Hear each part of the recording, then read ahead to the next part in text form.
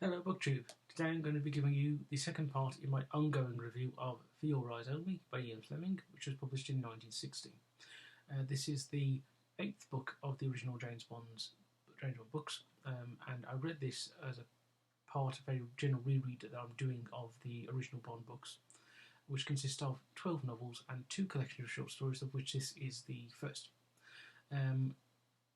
The review of this collection of short stories is somewhat different from the reviews of the other books I've done so far, in the fact that instead of reviewing it as a whole, I'm reviewing each story individually. And in today's review, I'm going to be reviewing the title story, which was happened to be the second story in the collection, For Your Eyes Only. In For Your Eyes Only, Bond is sent on a personal mission of vengeance for M. In Jamaica, a couple called the Havelocks have been murdered by a Cuban intelligence officer called Major Gonzalez, along with 2 henchmen. M discovers through his contacts in Cuba, and thanks to the Americans, that Gonzalez was acting on behalf of the head of Cuban counterintelligence, an ex-Gestapo officer called von Hammerstein. This is at the time when Batista is still in charge of Cuba, but it's right at the end of his regime, and so all the sort of loyalists to Batista can see the way the wind's blowing, and they're trying to get out of Cuba and put their money somewhere safe. And von Hammerstein has decided to do that by putting money into properties across Jamaica. And he's doing this either by buying people out or having them murdered and then buying the properties from whoever subsequently inherits it. Now, both the Jamaican authorities, the British authorities, and Batista all know that Hammerstein did it, but they can't prove it, so he can't be prosecuted. But M decides this cannot stand, and Hammerstein has to be killed.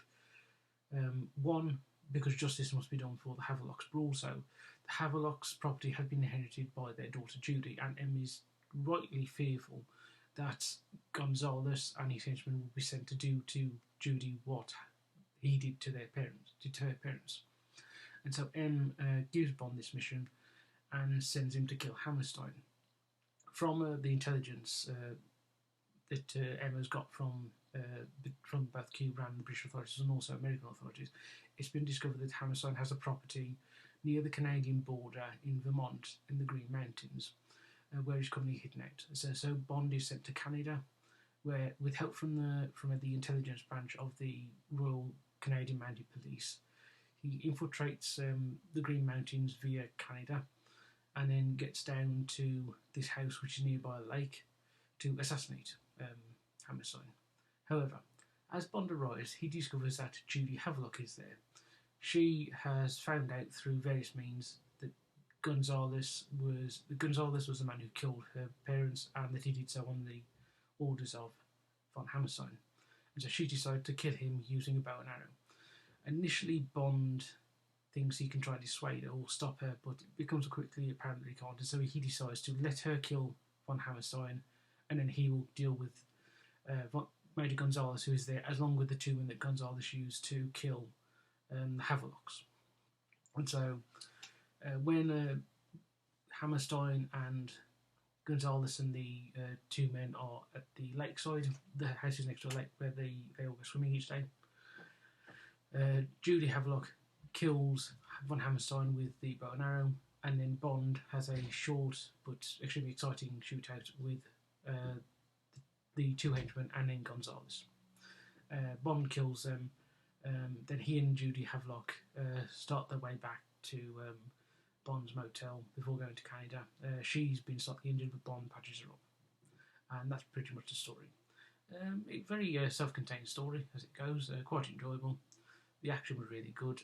Again, as with From a View to a Kill, the first story, it's very much a sort of Bond, like a Bond novel, sort of distilled down to its essence. And I've got to say, I think with this and with From a View to a Kill, you could imagine these being the beginnings of an actual novel. That from this point it goes forward into a bigger plot.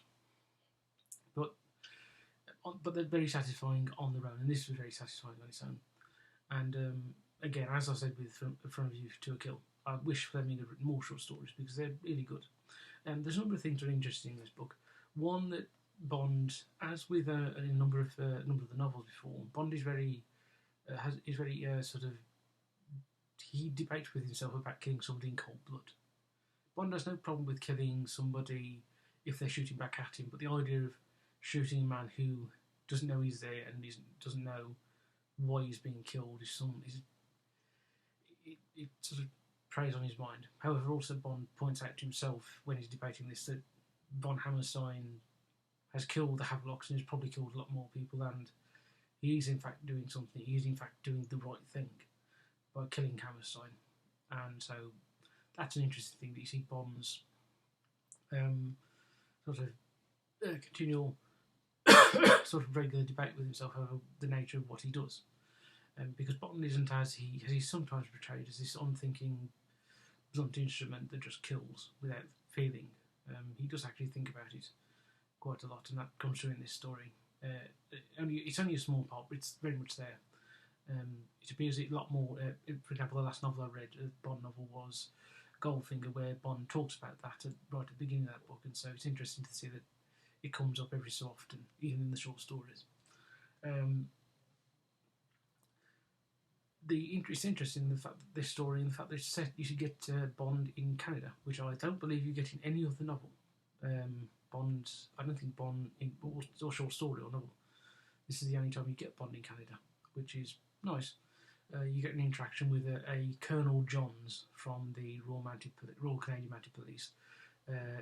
The nature of things is M is on good terms with the Commissioner of the Mounties, but the Commissioner, understandably given this is a personal mission and it's an off the books mission, doesn't want to be seen publicly involved with it, even though he fully supports the idea. So he has Colonel Johns do it for him. I should say Colonel Johns is by the nature of things probably not the man's real name who Bond meets with, but it's clear that he's something of probably the equivalent of Special Branch of the Royal Canadian Mounted Police. And Johns himself talks about the nature of the thing, that it's off the books, but that he wished he could come with Bond because he knows what von Hammerstein and Gonzalez have done, and he thinks that he's over time. Also, Colonel Johns served as a sniper during the Second World War and was in the Ardennes, and so he wants to sort of he wants to go back. He sort of gets this idea of sort of nostalgic element of going back into action, which is something you see with Bond in a couple of the novels previously. That thing of particularly in From Russia with Love, Bond mentions this when he sees a shot up Second World War German train, and he sort of longs for the days of a sort of a hot war, as opposed to sort of the sort of cold, the sort of undeclared cloak and dagger war that he's in during the Cold War. So that's another nice piece of continuity in here. So that's my review of this story so far. I should just say that about the delay about this continued review. I read this at the weekend, and I've read I've actually read all of them in this collection so far. But I've